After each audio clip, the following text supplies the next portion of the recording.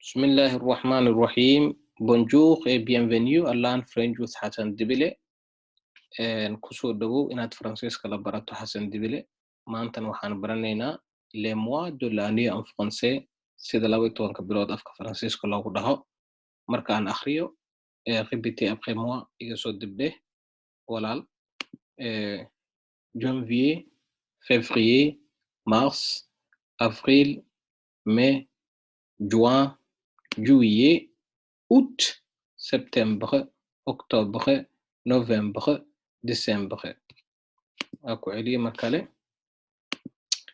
Les mois de l'année en français: janvier, février, mars, avril, mai, juin, juillet, août, septembre, octobre, novembre, décembre.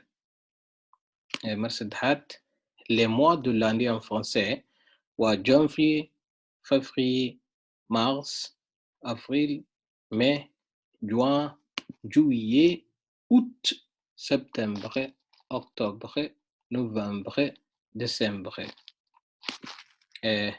Mon anniversaire est en mai. Et vous, quand est votre anniversaire? Mon anniversaire, ani dhalashadayda, est en mai, waa May, waa bishanaad mut. Et vous, quand est votre anniversaire? Adigana goorme waaye dhalashadaada. Les mois de l'année en français waa 12 bilood sida afka Faransiiska loogu dhaho. Janvier waa janvier, waa janaayo. Février waa febraayo. Mars waa mars. Avril waa april. Mai waa May. Juin waa June. Juillet waa July. Août waa August. Septembre waa September. Octobre waa October. Novembre waa November. Décembre waa December. Mon anniversaire est au mai. Et vous, quand est votre anniversaire?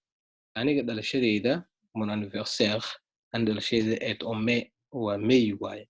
Et vous, quand est votre anniversaire? Adigana waa goorma dhalashadaada. Intaas ayuu casharka noogu ogyahay. Assalaamu calaykum waraxmatullaahi wabarakaatuh.